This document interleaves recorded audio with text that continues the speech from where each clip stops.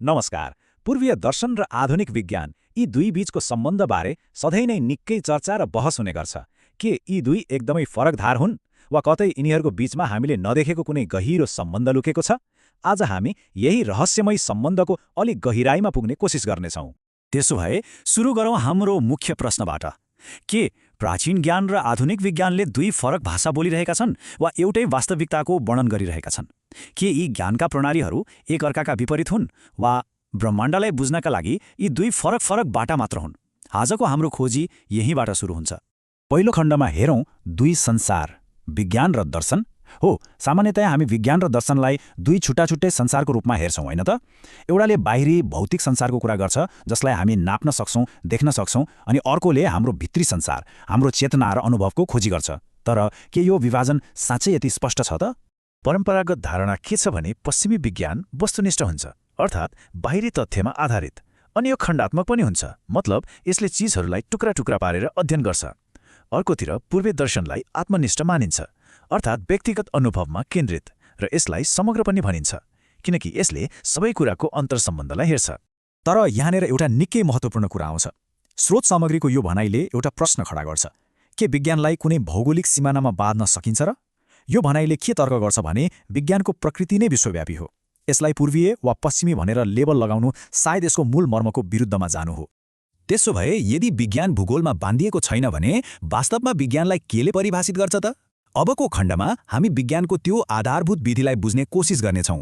र यहाँ बुझ्नुपर्ने कुरा के हो भने विज्ञान कुनै विचारधारा होइन, यो एउटा विधि हो। यो प्रश्न सोध्ने, प्रमाण खोज्ने र कुनै निष्कर्षमा पुग्ने एउटा व्यवस्थित तरिका हो भनौँ न। यो विधि संसारको कुनै पनि कुनामा, जुनसुकै संस्कृतिमा पनि लागू हुन सक्छ। विज्ञानलाई परिभाषित गर्ने तीनवटा मुख्य आधार स्तम्भहरू छन्। पहिलो, यसले एकदमै स्पष्ट र प्राविधिक भाषा प्रयोग गर्छ ताकि कुनै भ्रम नरहोस्। दोस्रो, यसका परिणामहरूलाई जो कोहीले पनि परीक्षण गरेर पुष्टि गर्न सक्नुपर्छ। र तेस्रो, यो कहिल्यै अन्तिम हुँदैन, यो खुला हुन्छ। नयाँ प्रमाण भेटिएमा यो आफूलाई सच्याउन सधैँ तयार रहन्छ। अब हामी एउटा यस्तो क्षेत्रमा प्रवेश गर्दैछौँ जहाँ विज्ञान र पूर्वीय दर्शनको भेट भएको जस्तो देखिन्छ। खास गरी आधुनिक भौतिक शास्त्रले यस्ता केही आश्चर्यजनक कुराहरू पत्ता लगाएको छ जसको प्रतिध्वनि हजारौं वर्ष पुरानो पूर्वीय ज्ञानमा सुन्न सकिन्छ। क्वान्टम भौतिकी, यसले हाम्रो सामान्य जीवनमा देख्ने भन्दा बिल्कुलै फरक अणुभित्रको संसारको अध्ययन गर्छ। यो यस्तो अनौठो संसार हो जहाँ कणहरू एकैपटक धेरै ठाउँमा हुन सक्छन्। यसले वास्तविकताको हाम्रो सामान्य बुझाइलाई नै एक किसिमले चुनौती दिन्छ। अनि ठ्याक्कै यहीँनिर पूर्वीय दर्शनसँग एउटा गजबको सम्बन्ध देखिन्छ। क्वान्टम भौतिकीका केही सिद्धान्तहरूको अनुसार कुनै कणलाई अवलोकन गर्ने कार्यले नै त्यसको अवस्था निर्धारण गर्छ। भन्नुको मतलब अवलोकनकर्ताको भूमिका निकै महत्त्वपूर्ण हुन्छ। यो विचार पूर्वीय दर्शनको त्यो मान्यतासँग मिल्दोजुल्दो छ जसले चेतनालाई ब्रह्माण्डको एक आधारभूत तत्त्व मान्दछ। अब क्वान्टम भौतिकीको त्यो अलि जटिल संसारबाट निस्केर अलि हाम्रो आफ्नो व्यक्तिगत र व्यावहारिक विषयतर्फ लागौँ है त। हाम्रो मन र शरीरको सम्बन्ध। यो एउटा यस्तो क्षेत्र हो जहाँ पूर्वीय र पश्चिमी दृष्टिकोणहरू साँच्चै एकाआपसमा मिल्दै गएका छन्। हजारौं वर्षदेखि नै योग, आयुर्वेद र बौद्ध धर्म जस्ता पूर्वीय परम्पराहरूले स्वस्थ शरीरका लागि स्वस्थ मन हुनुपर्छ भन्ने कुरा सिकाउँदै आएका छन्।